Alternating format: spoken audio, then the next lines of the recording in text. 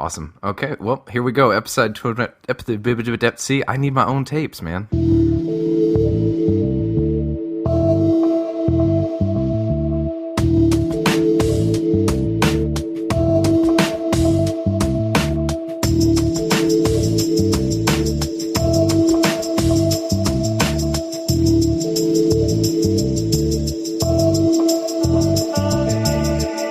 Select characters where gaming meets analysis.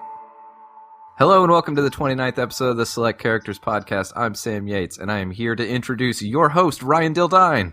Oh, crap. I'm not prepared for that. All right. Okay, don't let this happen to you. For only 3 easy payments of $99.99, you can buy this tape brought to you by Select Characters, which will teach you how to host a podcast, and you won't sound like this. You'll get to sound like this. Introducing your host, Enrique Cancel. Wait, is that me? Okay, no refunds, just to be clear, but the process does work. It's scientifically proven.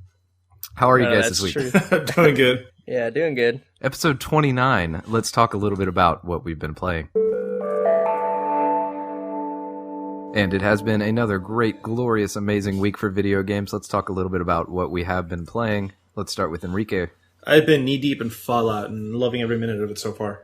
That's right. That was this week, huh? Yep, Tuesday the 10th. So I got it as an early birthday present, and I'm definitely got my money's worth out of that. That's awesome, man. I mean, initial impressions seem to be good from what I've seen. Yeah, I mean, and it's, I remember we were talking about this earlier, but, you know, there's always that kind of discussion about Bethesda games and being really buggy at launch, but at the end of the day, I think they don't get enough crap about it just because people don't really care at the end. Yeah. They buy the games with the singular purpose of exploring and kind of getting to experience, like, that immersive world, and, I mean, as long as you can still do that, they don't really care. And normally the bugs aren't, generally speaking, like the kind that break save games and stuff. It's just like wacky stuff kind of happens in the world, and you're like, oh, Bethesda. Yeah, like the bugs that I've seen are pretty freaking hilarious. Like there's the one with, I guess if you have one of your followers jump in power armor, there's a random chance that they will like absorb the power armor into their bodies and become this weird, creepy, elongated Slender Man thing, which is horrifying and hilarious.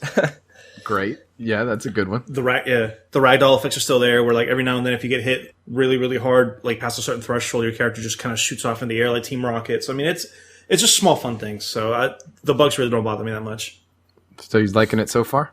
Yeah, it's a lot of fun. I think the only complaint that I have is that there have been really random frame rate drops, and I can't really pinpoint why. Ooh. It's not like it's a consistent thing. I mean, everything will be running fine, and then I'll just randomly go into an area, and then everything will start stuttering for about 2-3 seconds, and it goes away. That's about it.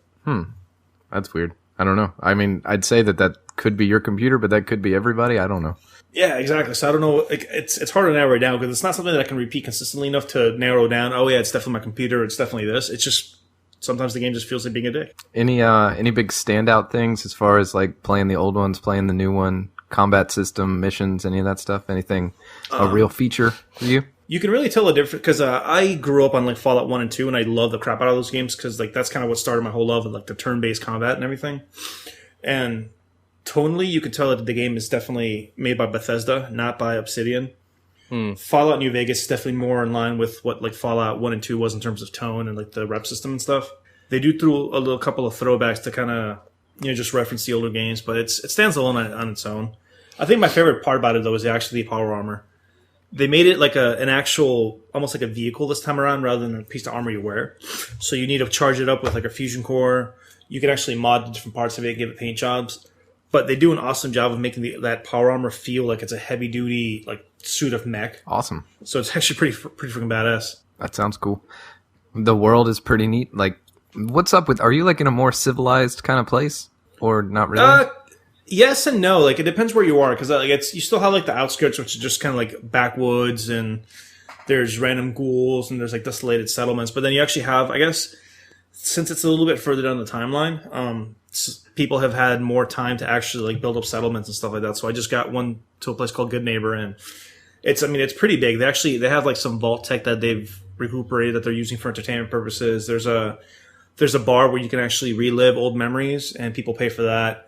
It's a lot of good security. So, you could tell there's definitely a little bit more, I guess, in terms of community and society evolved. So it's not bad. Yeah, a little more developed. Yeah. So I feel like it's less post-apocalyptic and more like the rebuilding aspect of it now. Speaking of building, the base building stuff, yay or nay? Interesting or no? I like it. I like it. They took a page out of what do you call it, Skyrim's Hearthstone, and included in the game, which is actually pretty fun, building up your own settlements and stuff. The downside of it, though, is that I guess, and I didn't really know this, but every time you like liberate a settlement, it kind of becomes yours in a way. And if you don't have your resources matched out, they become prone to raider attacks. So the higher you build up a settlement, the more likely it is to get attacked. So to offset it, you can build like defenses and stuff. Interesting. That sounds all right. But it's pretty neat. My favorite part is that if you have like high enough charisma, you can open up a trading route between your different settlements. So you have your resources available to you everywhere. Because otherwise, the resources you collect for like crafting and stuff, they're limited to just that settlement. Oh, that'd be a pain in the ass. Yeah. To have to go back to that one. Exactly the kind of thing that's maybe a little bit lackluster in release, but somebody's going to come up with an awesome mod to kind of make that really stand out. I mean, it's not that big of a deal because, like I said, as soon as you get that perk, you can just open up a trading route, and all of a sudden, your resources are available in every settlement connected to that trade route. So I like that. That's a good solution for the like, oh crap, where did I leave that thing problem. Oh god, that's awful. Yeah, awesome. Well, cool, man. Sounds like that game's shaping up pretty nicely. Definitely. Anything else this week? Not pretty much just been sinking my entire time on that. So I don't blame you. There's a lot to unpack in those normally in the beginning. yeah. Let's cruise on over here and talk to Ryan. What you been playing, man? Yeah, I've as the novelty of H1Z1, as the novelty of Battle Royale was wearing off, and I was finishing up my video and all that stuff for it, they released a new mode for it called Green Dawn, which is it's kind of, they just put a little twist on the Battle Royale mode. So like in this one, the poison smoke rolls in a lot faster, so the games are a lot faster. The game starts at dawn, so you don't have it's a lot harder to see, like just because of the lighting. What's some of that? Let me look it up real quick. They're like dropping skins in air crates, and it's only for a limited time. I guess the developers said they're just trying out this game mode to see what the response was to it, so they can kind of refine Battle Royale and introduce new modes in the future. And I thought it was really cool, and I ended up playing that for the most of this week, and it was really fun because H1Z1 has the hardcore mode, which is first person, and the smoke rolls in faster, and there's nighttime and zombies and stuff. So Green Dawn is kind of like they took the hardcore mode and made it so it could be third person, but then they also put some extra little bells and whistles on it, and it was really fun. I enjoyed it. It's probably the most enjoyable Battle Royale I've had so far. So you said skins? Is that like cosmetic stuff? Yeah. So you can either buy them via microtransactions, or some of them are exclusive to events. But yeah, you get skins for completing different things. Like in Green Dawn, if you get to the airdrops, you can get skins that are unique to Green Dawn. So I think I got to an airdrop yesterday, and there was like I think it was like a scarecrow head, Halloween type. Oh yeah, you're gonna want one of those. Head skin. Yeah, well, I ran up to it, but I was in the smoke. The air crate landed in the smoke, so I had to run through the smoke to get it, and I was almost dead. So I had to leave it. I didn't have time to click on it. I had to get out of there. Oh no! So I didn't get that skin. Yeah, I'm really sad about That's it. That's a bummer. But I love that kind of stuff, man. I mean, I guess like it's kind of like silly or like cliche. You know what I mean? Like here's our new game mode for a limited time, and it drops skins. But something about that is really compelling at the same time. Right.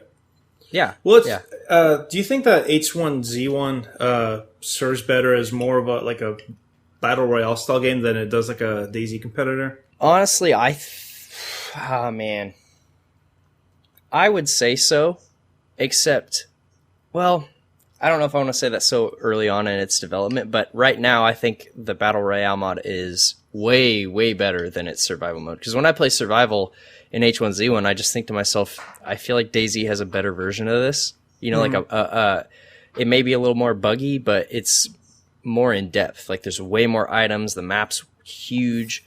Like that kind of stuff. And I don't know, I'm sure there'll be a Battle Royale mod for DayZ when it, gets further down the pipe. But right now, I think Battle Royale is where it's at in H1Z1.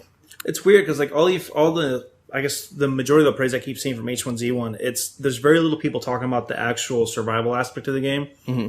It's just the setup for like the Battle Royale that they have that people are enjoying. Yeah, because I mean, the survival aspect, it's more of the same that we've seen from, first from DayZ, but also from every DayZ clone that's out there. Yeah. So it's just whatever. A Battle Royale is the best. Battle Royale in H1Z1 is the best version of Battle Royale out there right now. I mean, you can play it in Arma 3, but Arma 3 is clunky, to put it kindly. Yeah, the controls in that game are really clunky. The performance isn't super great. So I think when it's all said and done, H1Z1 is going to have a much better Battle Royale when it's, more fleshed out, more items, that kind of thing. Okay. I think already it's more fun to play it in H1Z1, but in the end, I think it's going to be much better. So I think that's awesome, dude. I hope that's the next wave, because all those survival games were coming out and I was like, okay, that sounds good. I guess, but what do you do really? And then now they're like, okay, check out this game mode. And now more and more of them are starting to implement it. And I'm like, all right, now we're getting somewhere. The thing about it, and I kind of talk about it in the video that will be out for a few days by the time people hear this, but it's Battle Royale packages. You know how in the survival genre, you have games that are centered around these lulls of nothing happening, and then all of a sudden there's this really intense fight. Yep. Or this really intense moment. Well, Battle Royale kind of packages that into one 45-minute game or 35-minute game, and you're going to get that every time you play. Okay. Yeah. So awesome. it's just kind of it's condensed down, and maybe the feeling's not as intense after a while because you don't have those long pauses. But I mean, if you just want to get in and be in that survival kind of mode, but also you're keeping time as an interest in your life. I think it's perfect for that. I like the whole last man standing sort of concept too. It's really interesting. Mm-hmm. Yeah. Neat. That's definitely the way to go. I'm excited, man. I think I might. I mean, the more you talk about it, the more I start thinking about it. I'm eyeballing it very gently right now. I'm pretty satisfied. I think I got my $20 worth because the game's only $20. I got $20 worth within the first week, I think. So. Oh, nice. Okay. Cool. Anything else, man? No, I intend to break that next week. I know I've been stuck on H1Z1, but shit, man, you like what you like, man. That's what I say. A good game's a good game. That's right. Let's see. As for me, I started playing a little bit of Earthbound, the SNES game this week. Oh, wow. Yeah, it's weird. There's when that game came out, in the back of the player's guide, there were these scratch and sniff cards. And there's do they still work? Well, no, but there's one smell. There's one smell from that card. I have no idea what it is. I guess I could look it up, but at this point, it's what's the point? But that smell, once every couple of years, I'll just be going about my life and I'll smell it somewhere. So it's rare enough that it doesn't happen all that often, and I take it as a signal from the universe that I should play through Earthbound again. So I smelled that this week, and I was like, okay, I guess that's what I'm doing. But I don't know that's what awesome. That smell is. It's not a good smell, and it's not a common smell. But that's just my trigger. It's just in there. Yeah. So running through that one on playing on an emulator for the 2x speed, so I can just roll through it. It's pretty good. Also a little bit of Invisible Ink because that expansion came out this week, and also all their games were free this weekend, which was cool. Don't Starve, really, Invisible Ink. Those are the two big hits. I don't know what else they have. Eats Munchies. I don't know. I haven't played that one. I actually really enjoy Don't Starve. I have not played Don't Starve. I'm gonna make sure I play that. It's got a really fun aesthetic. I think that's kind of what's set apart from other survival games. It needs a battle royale mode. That'd be awesome. There you go. Every game needs a battle royale mode. Yeah, but Invisible Ink's great. The art style's good. It's got good turn-based strategy stuff, and without having that sort of animation kind of transition delay that comes along with turn-based strategies, where after you play them for a while, that little animation delay starts to grate on you. This one's real smooth, real fluid, real fast. So I'm still liking that. I like that. The expansion was an instant buy, even though I've only played 3 missions of that game up until this point. I just feel like got to support those people for doing what they do. And that's been about it. I mean, more Isaac, still rolling through that one. Challenges here and there. Expansion's still great. That game's still good, fundamentally. I mean, there's really nothing wrong with it. And that about wraps up my week. So you guys want to move on and talk about some topics? Yeah, let's do it. Yeah, let's do it. Something that I think has become more prevalent within probably the past 5 years especially, is that more and more communities surrounding games are being considered a toxic community. So Call of Duty obviously is known for being really toxic. League of Legends is another big one. And then we see it creeping into other games that previously weren't that toxic, like Rocket League. I've seen on the Rocket League subreddit, there's more and more posts about people being really just hateful to each other in game. And so I'm kind of wondering why does that happen, and then what can be done to negate some of that? And I guess what causes it in the first place, because I would normally jump to the conclusion that it's something competitive about it, but then you have games like, I know DayZ, like if you go on the DayZ subreddit, it's a really hostile community towards anybody else pretty much. So I'm just kind of wondering what can be done to promote maybe more of a welcoming atmosphere, if anything else.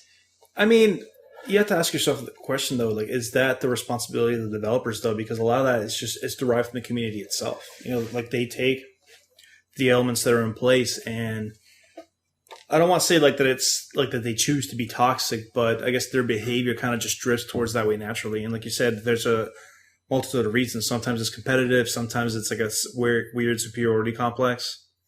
I know with DayZ, there's always that huge issue between, was it Bambies and like the Raiders, where, you know, you have groups of people that just like to kill others, and that makes a lot of people upset, obviously. But then like this, that toxicity forms between community where people are saying, well, learn to play or get the fuck out kind of thing, and it separates them. Yeah, I think it's interesting that you bring up developers, because man, it was probably a year ago that I watched this, but it was a video, and the guy's talking about, I can't remember the channel, but he was talking about how community building is like a specific job, you know, it's like a real job in companies. And it seems that the more a company tries to community build, the more they get a toxic community. And the best communities are those built out of players just coming together and doing something. And so why is it that when it's, I guess, forced on you or encouraged, I'm kind of wondering what about that fosters a toxic environment?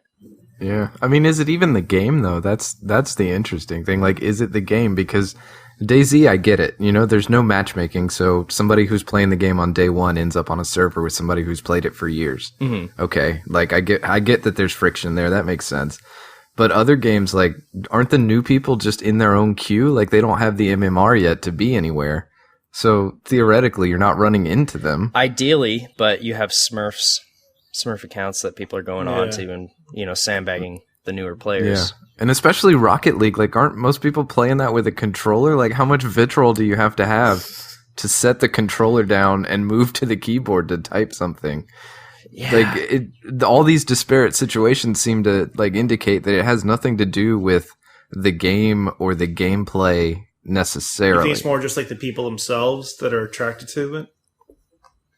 Right. And if it is the people themselves, then, like, what's going on in their heads? Like, are they trying to exclude other people? Do they want to think that, like, the game is a unique thing for them and they don't want other people getting into it or something?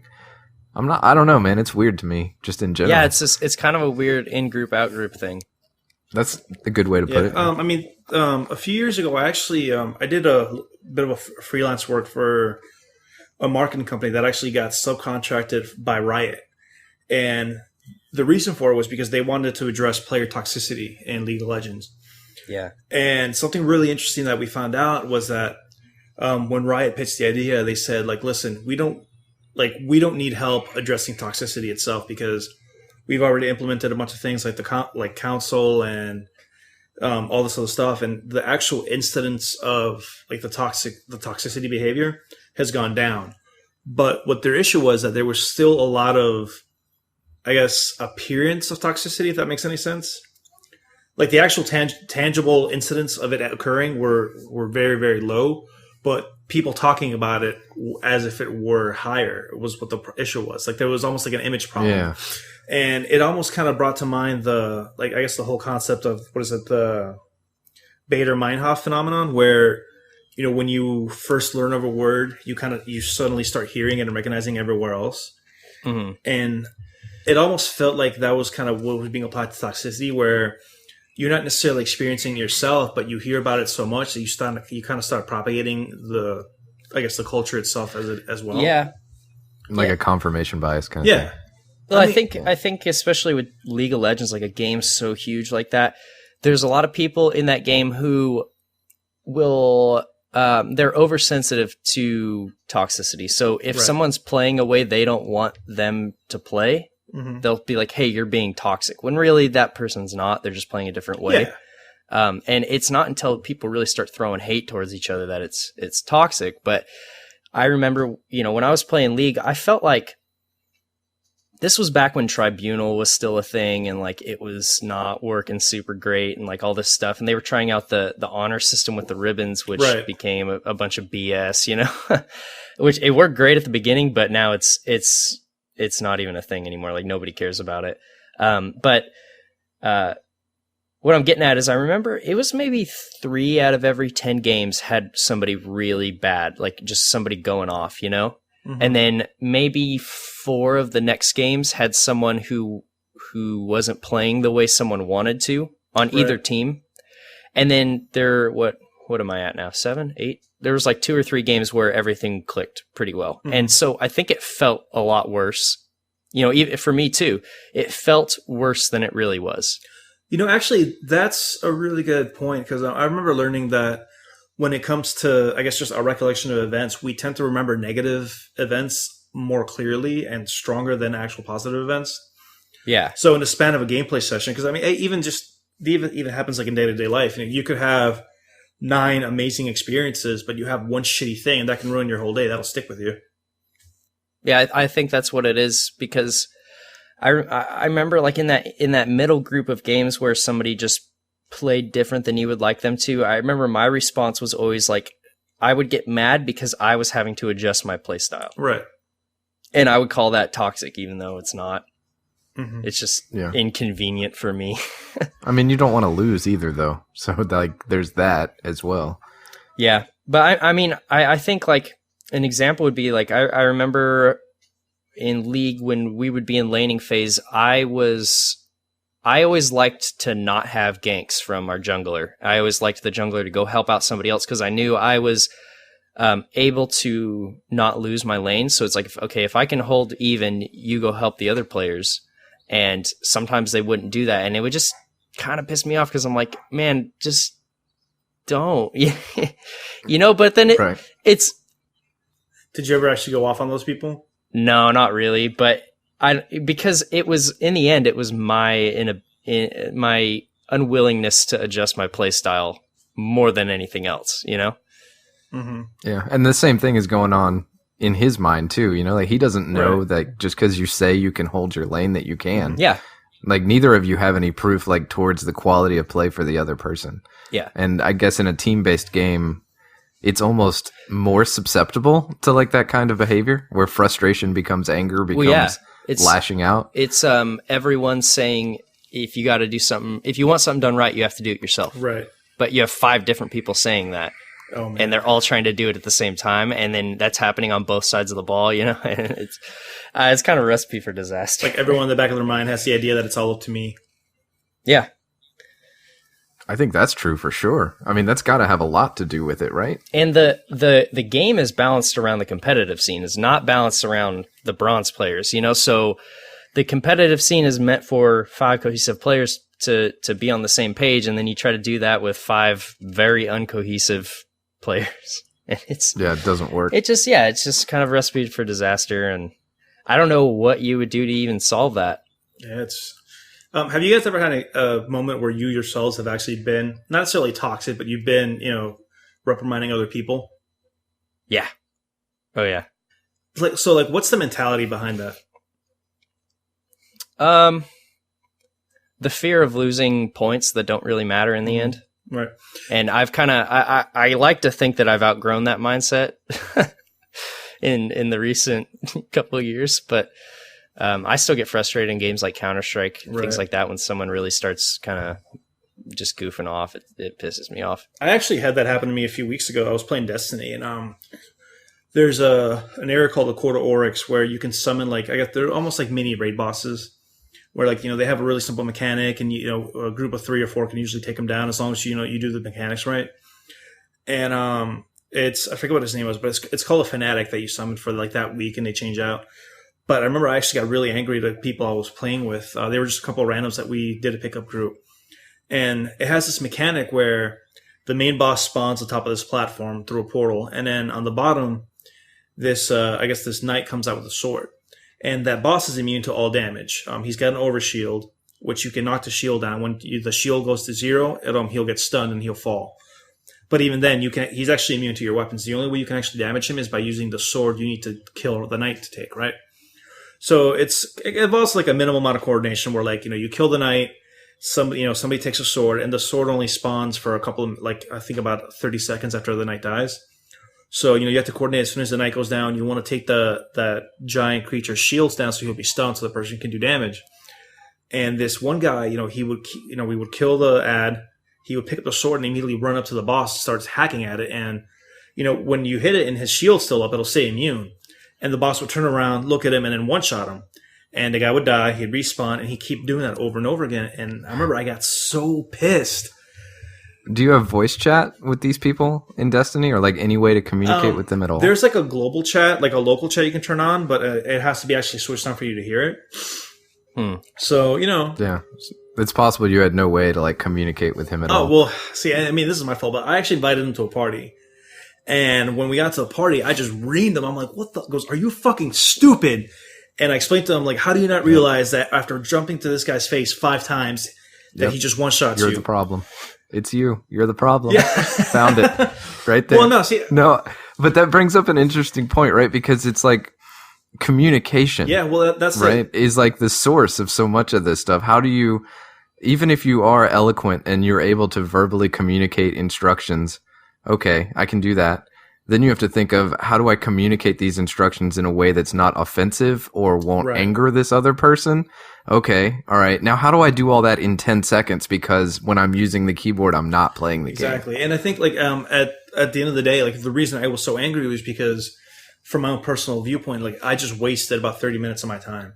Like, the idea was, it's not a difficult encounter. It takes about 5-10 minutes for a group to just go in, coordinate, and do it. And this guy just kept, basically throwing himself at this boss 5-6 times, and he would get one shot every single time, and it never clicked on him saying, "Hey, I should stop doing this." So yeah, it's a time investment. Yeah, and like from my point of view, I was getting frustrated because it was almost like I had no control in the situation. So I think that lends a lot to why people, or at least it opens the door for people to get frustrated and then become toxic when your gameplay session is like the control is suddenly taken out of your hands. Yeah, and under those conditions, I mean, it's tough, right? I mean, I imagine that a lot of people don't necessarily have the skills to critique in a constructive way to begin with. Yeah. But then to try and take what limited skill set you have there and cram it into a game and cram it into somebody who probably doesn't want to listen to you because they want to think they're doing the right thing, and it's a nightmare. And so I think that, like I said, it's got nothing to do with the game or the gameplay or any, although I think team-based games are more likely to have it. Mm-hmm.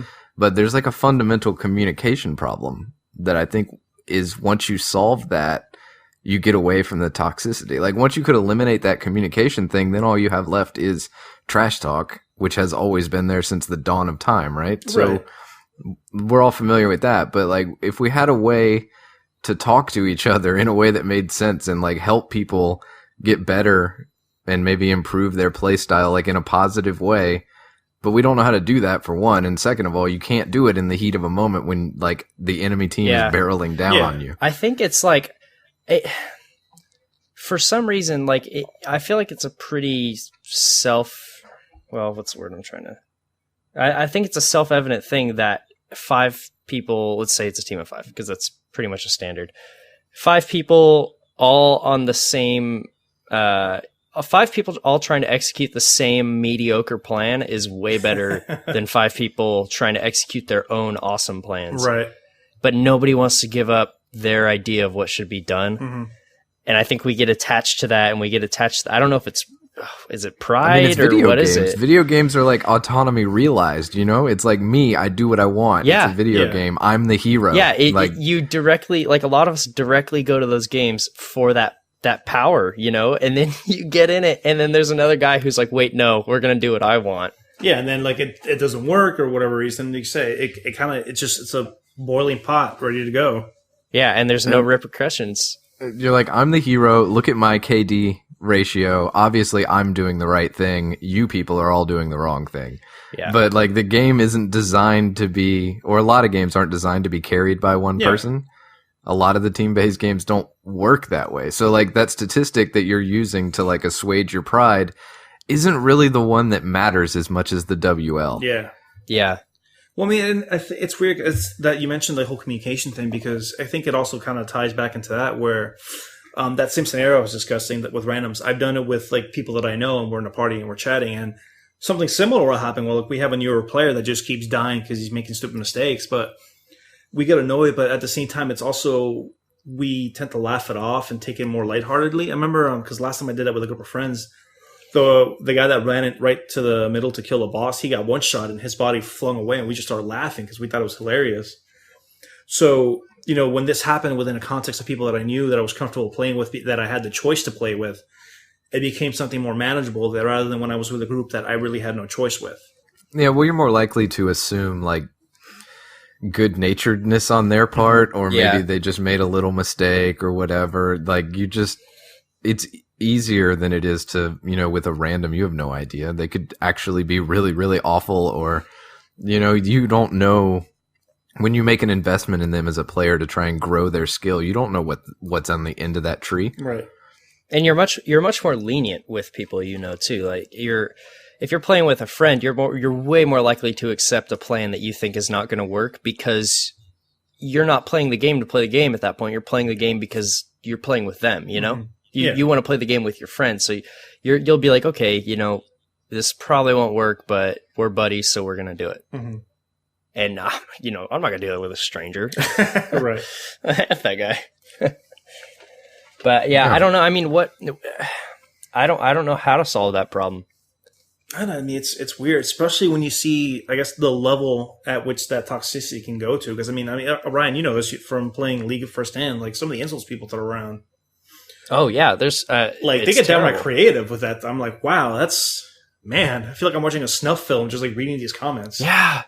I think that's just a snowball effect. Like, that started out with somebody just saying, "Hey, jerk, do this," but then, like, to get the same impact, it just has to escalate and escalate and escalate. Like, basically, what they're saying isn't what they're saying. It's like, this is the thing that will get me the impact that I want, and like, all these other steps on this road don't do it anymore. So now I have to go straight to the nukes to be able to make even a little bit of a nudge. But even then, like, attitude. it just, like, some of the comments you hear just seem so ridiculous, and I have a hard time imagining, like, that some guy is sitting on the opposite end of that keyboard, straight face, furiously typing on the keyboard, saying, "You're playing so bad that you gave me AIDS." That's bad. Which is just, that's also impossible. It's all, I was going to say it's all hyperbole in the end. Yeah, like, but it's weird. Like you said, it's like that escalation of commentary where, I mean, because on the one hand, then you do have those guys that start making death threats, and, you know, it gets a little too serious at that point. I think, I don't know, I'm kind of coming to the conclusion, I think it's on the players. I think it's the responsibility of the players to self-regulate the community, because you're going to have the developers step in when there's an extreme. Like, if someone has, for 50 games, told someone to kill himself, they're going to ban that account. Yeah.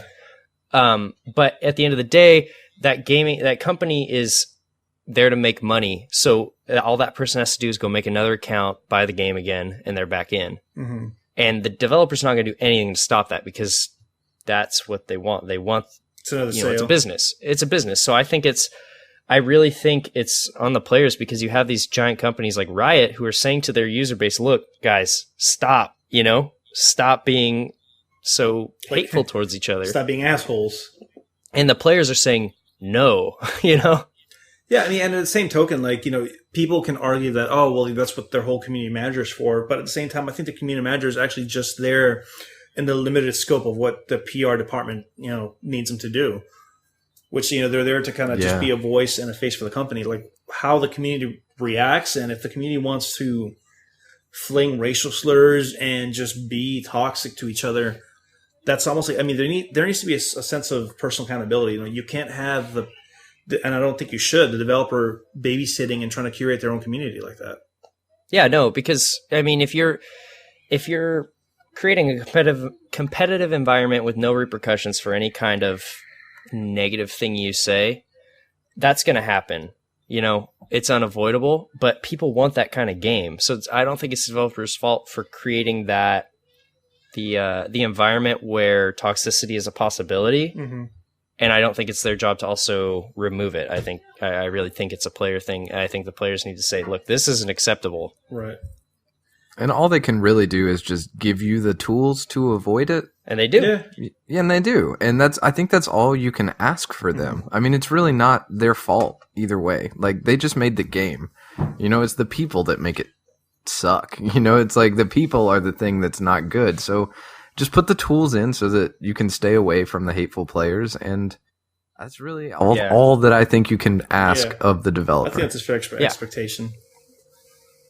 Yeah, so, I mean, in the end, have integrity when you play games. Just because there's no necessarily no repercussions for you saying something mean to somebody, like, just have that integrity to not, you know. Just be kind to your other players, and it'll butterfly effect or domino effect. There we go.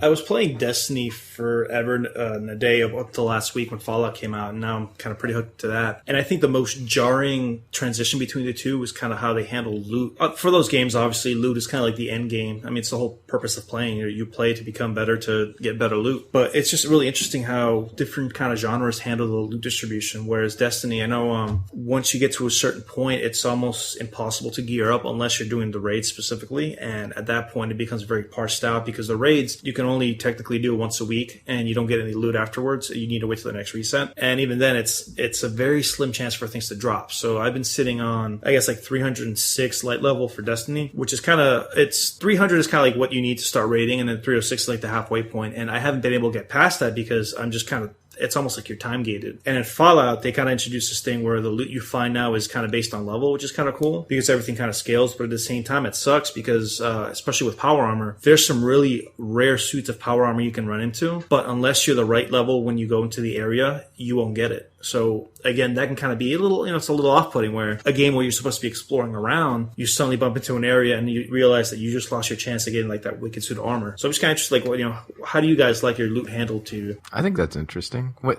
you can't wear it at all, so it's not like in Oblivion where you could sneak around and get glass armor and then like you'd have it. Well, you can wear it, but the thing is that the type of that you get is based on your level. So like there's a power armor suit called the X01. You can only get that, I think, when you're level 28 and above. So there's certain areas where power armor spawns, and if you happen to open that door, you can get like a completely lower level set of power armor than you would have if you would have come back at a higher level. Oh, that's weird.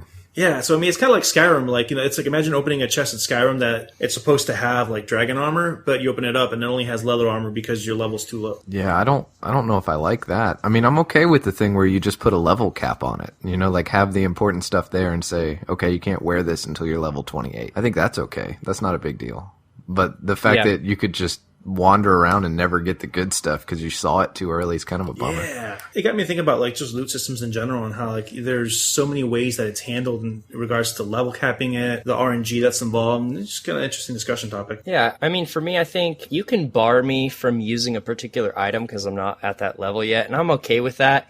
Not ideal for me. I like games where all the loot is open to you. You just gotta find it. I'm okay with being barred at like a level for the loot, but I don't like when games bar you from content because you don't have the right gear. How so? Because I know there's certain games that do that as it's kind of like a gauge of your progress. Destiny, for example, it's one of those games where the raid, or at least hard mode raid, you can't really realistically expect to complete it unless you have the gear to go into it. And it's kind of a way that they kind of, I guess, taper progression a bit. And you see it a lot with MMOs where, you want to have a certain like item level and certain pieces of epic gear before you can even go into the like those bigger high-end raids and expect to survive it. I guess it's an indicator of like the sort of slot machine nature of it, because like I hate it. I hate the way MMOs do loot, like where you have to repeat the same content over and over and over again. Yeah. trying to get the one thing, but at like the same time, it feels really good when you do finally get that one thing. And maybe, and do you think that's just because of the conditioning of it? Because I know like World of Warcraft is notorious for this, where in recent years they've actually streamlined the loot process where you still have the raid loot you can get, but they also have like a token system now where you can actually, instead of just doing the raid, you can do dailies and eventually you can buy your loot. That's okay. I mean, when I played WoW,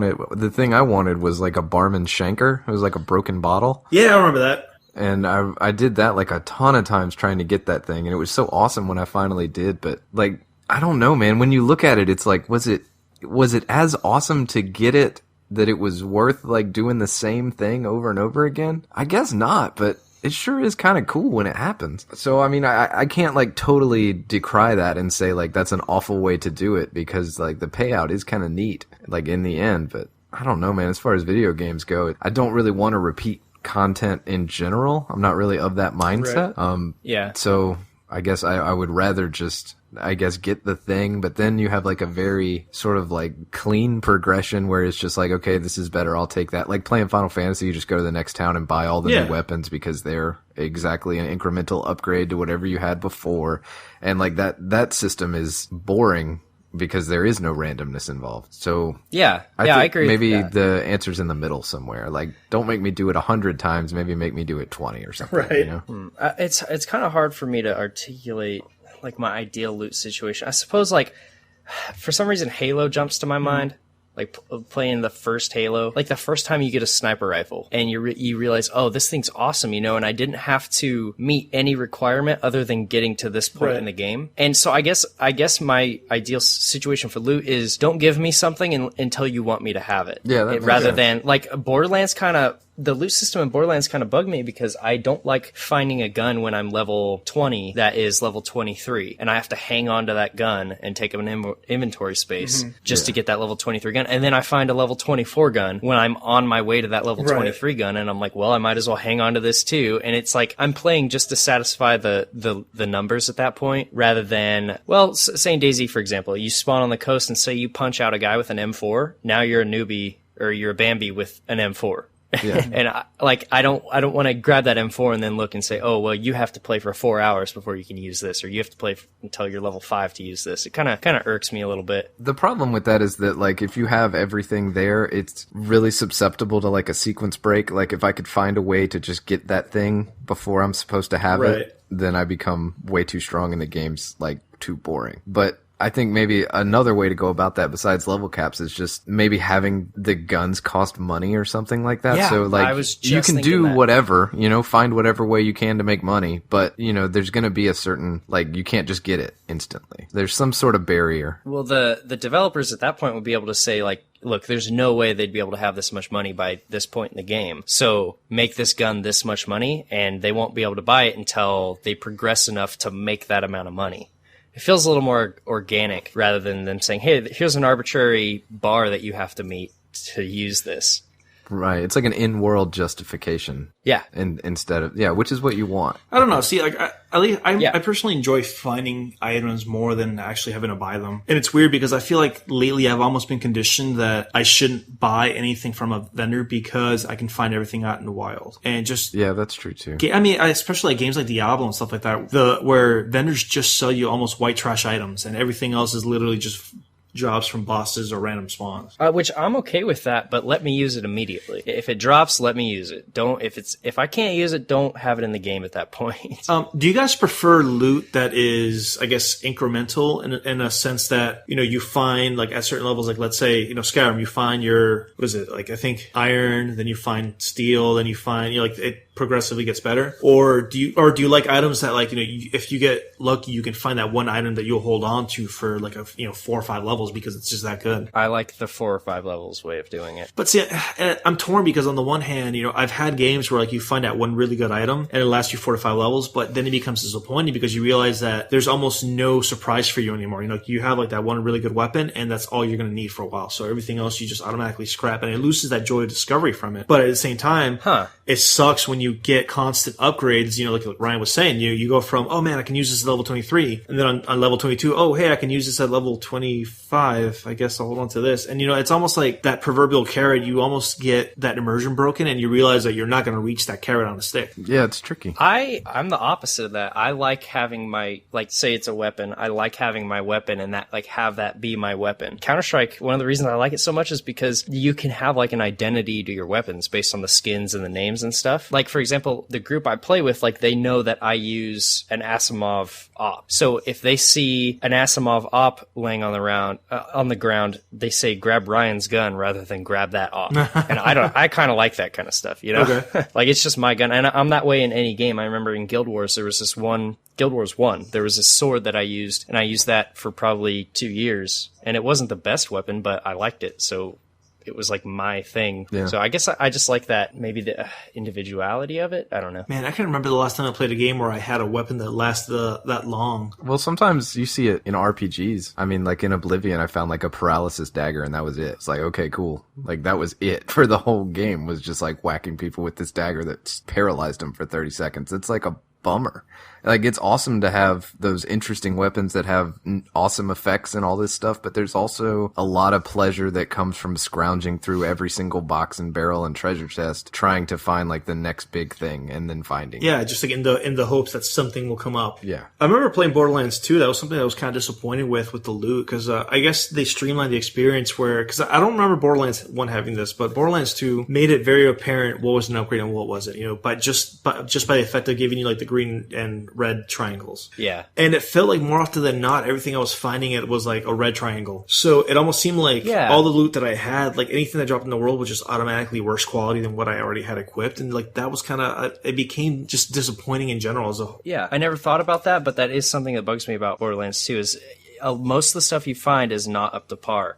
So it's like, why even have it? Why even have it drop? Yeah, I think you need, for a good loot system, you need to understand the structure of your game. You need to understand the path that the player's going to take, and then you need to drip feed them incremental upgrades in a way that makes sense. Mm-hmm. So that each one, every time you find that awesome new weapon, you're too strong for a little bit, but then the game catches up with you. Right. So you just kind of, when you find your next loot or your sweet new drop, you kind of leapfrog the game for a short period of time. But it's very important that the game actually catches back up and overpowers you again, so that finding the next thing becomes awesome again. Do you get kind of exhausted if that happens too frequently? If you're finding a gun every level, does that bother you?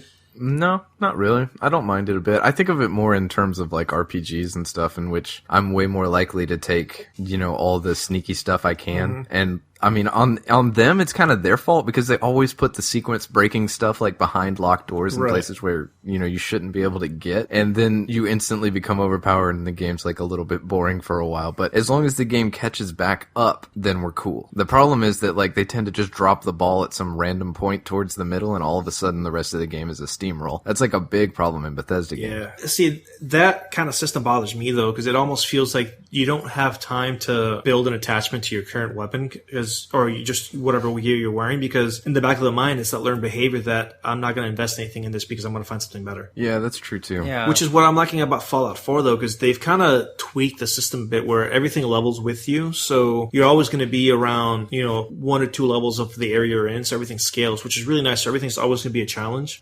There's a couple of like unique things that you'll find that are just going to be overpowered no matter what, because they're considered boss monsters. Like no spoilers, but I ran into this super mutant that just like jumped out of the ground at me, and he was like a level 50 boss. I was like, what the fuck is this even doing here? He's in the middle of a bunch of like level 5 ghouls, so like that completely threw me for a loop. But it's kind of cool having that scale, but at the same time it does that with gear as well, where you find more gear with unique properties rather than like just an incremental damage modifier every level. So like I have a pistol that actually has an unlimited ammo barrel, if that makes sense. Since I don't ever have to reload it, it'll just keep automatically drawing from my ammo reserve, which is really cool. Oh yeah. And it's not the strongest gun, but that alone, it's awesome. And they actually even added a modding system where you can modify your armor and weapons, so it at least has a little bit more longevity in it. And you can have like that investment and attachment, because you have a little bit of a say on how your loot progresses. I think that makes sense. That's cool. I mean, being able to like add and modify stuff is interesting too. Like when weapons have their own upgrade tree. Yeah, that's not a bad way to go about it, really. I'd be kind of cool with a game that just gave you a weapon, and then like as you went through the world, you just found the tools to upgrade it. Funny you say that, because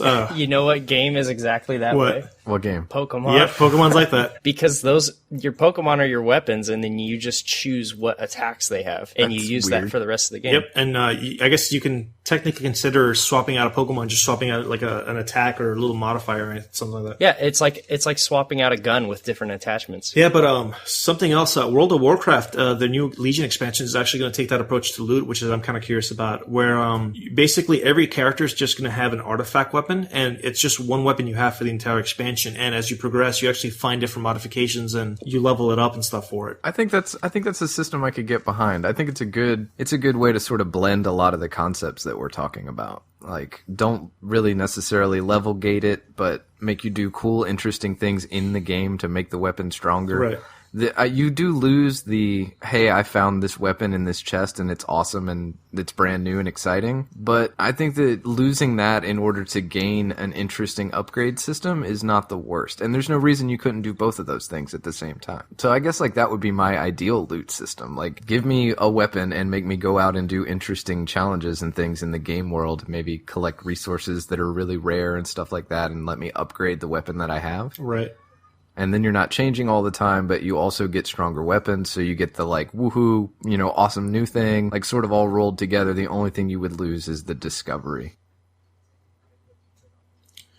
Yeah, I think it just depends, because I feel like when it comes down to it, the loot system is basically a reward for players. So the argument becomes, how do you want to reward your players? Do you want to have them, I guess, reward in quantity, where they'll constantly keep finding new and better gear? Or do you want to reward like the quality, where they'll find slowly parsed out items that they'll keep for a while? And then at that point, you ask the question, do you want that to happen like every single level? Or do you want to have that happen maybe every couple of levels or every couple acts in the game? Yeah, and if you're going to do that, maybe just like, don't have as much trash, or find let me deal with the trash easily.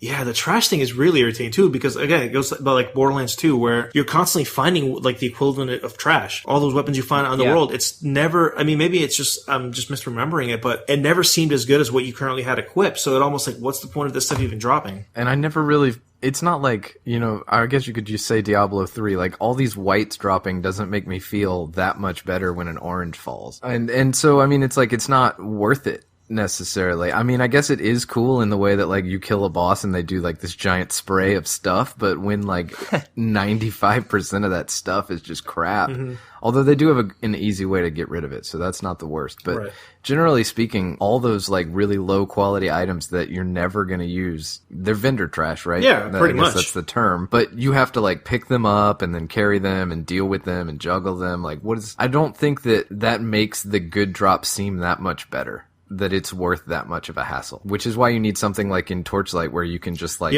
dump it all on the dog and it just disappears. Or many games now just have a button where it's like sell junk, which is fantastic. I think that's like the best innovation in years. Yeah, but then again, why do we still have the point where we have junk in the game? That's a good question. Then why the junk even to begin with? And I think that's the reason. It's so like, here's 12 things, one of them's good. It makes the thing that's good look even better in comparison. But like I was saying, I don't think that it's enough to make it worth it. Yeah, because like you said, because I mean, even though you're getting that one really good item, you're still looking back and you say, man, that still took me like 9 shitty drops to get. Yeah. But I think the loot system's on their face, man. Like, you gotta have something. It feels good to get awesome new loot. Diablo 3 had that down to a T. I mean, when an orange drops, even though they're surprisingly common now, the fact, when it drops, you get like that sound effect and like that orange beam of light, like you said, you have like that tangible thing that clicks in your brain saying like, oh yeah, this feels good. I just found something. And even better is there's a lot more of those unique effects now too. Yeah. Instead of just being like an incremental stat upgrade, like it does something cool, which is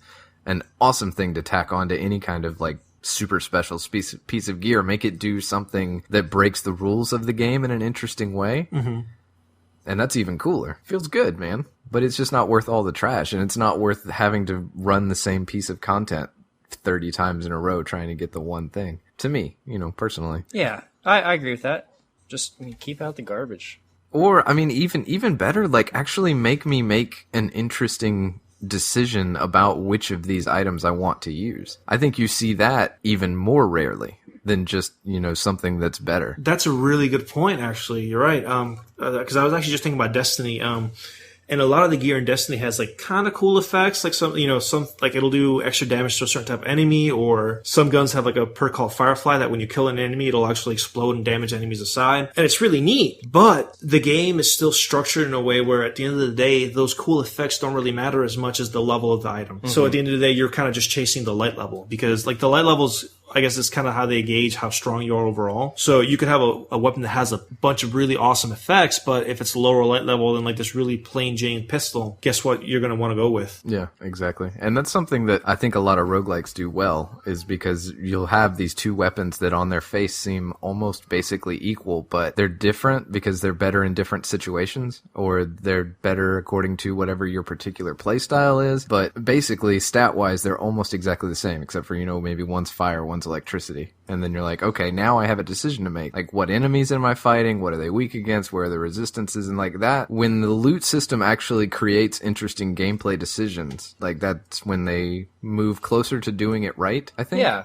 Like, there's also the, hey, cool, I got a new piece of thing, like now I'm powerful. That's one good thing about loot. Also, another good thing is having to decide which one is best situationally. See, I actually like that a lot more. You're right. I like that rather than just the arbitrary, like, stat stick. Every few levels, like, hey, congratulations, here's your new stat stick. I'd rather have items where, like, the weapons just be kind of normalized and then just have those unique effects that help modify, like, depending on the situation you're in. Can't remember the last time a game did that, though. Yeah, you see it, like I said, you see it a lot more in roguelikes than other places, but that's just where I personally know the most of it from. Like weapon types, and maces have always been good against skeletons, Right. Stuff like that. And that makes sense. Like the best item, generally speaking, is something that's like +7 or whatever, in a roguelike. But it's the top end is not that high. Maybe there's artifacts out there, but generally speaking, you're trying to decide, like, what am I fighting? What's the best way to do this? What is my character, like, best geared towards using? That's kind of why I liked The Witcher, because The Witcher I think has done a decent job of doing that, at least, with difference between steel and, like, the silver swords. Mm-hmm. Yeah, definitely. Yeah, so, maybe the situational route is the best way to go about it. It's definitely a way to go about it. I know that's why a lot of people play League of Legends, because the items are so situational. And there's no bar. The only bar is money, and money comes to you based on how well you play. So your loot is directly related to your play. That's cool. Yeah, that makes sense. Maybe that's the best way to go about it, and maybe that's why, or one of the reasons that game is the biggest game in the world.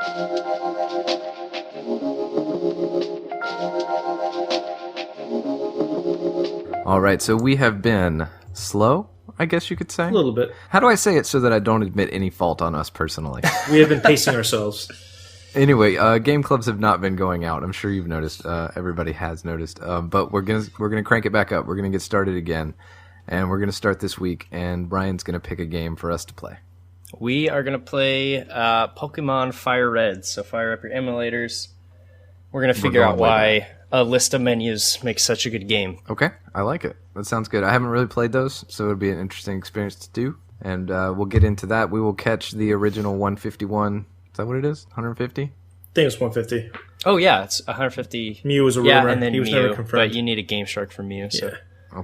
Okay. And link cables? Oh, yeah, you got to buy those. You got to buy the little worm light. Yeah, if you're lucky, you can have that little the magnifying glass screen. All right, those are all the jokes that I have related to Pokemon, so I'm spent.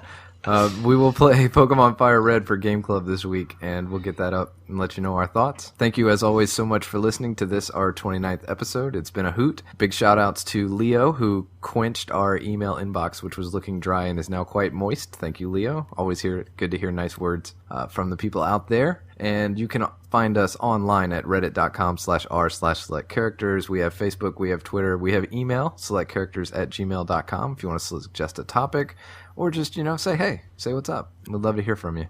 And also rate us on iTunes. That's a thing we want now, right? Yeah. Get this 5 stars. Rate us on iTunes. Go to YouTube. There's a video out. As of you guys listening to this, it'll be out right now. It's about H1Z1 and my thoughts on playing that game for a few weeks. So go check that out and subscribe if you'd like to. That'd be great. Yep. Please do all that stuff. Thank you so much. As always, it's great to have you. It's great to have you listening. And we will be back next week.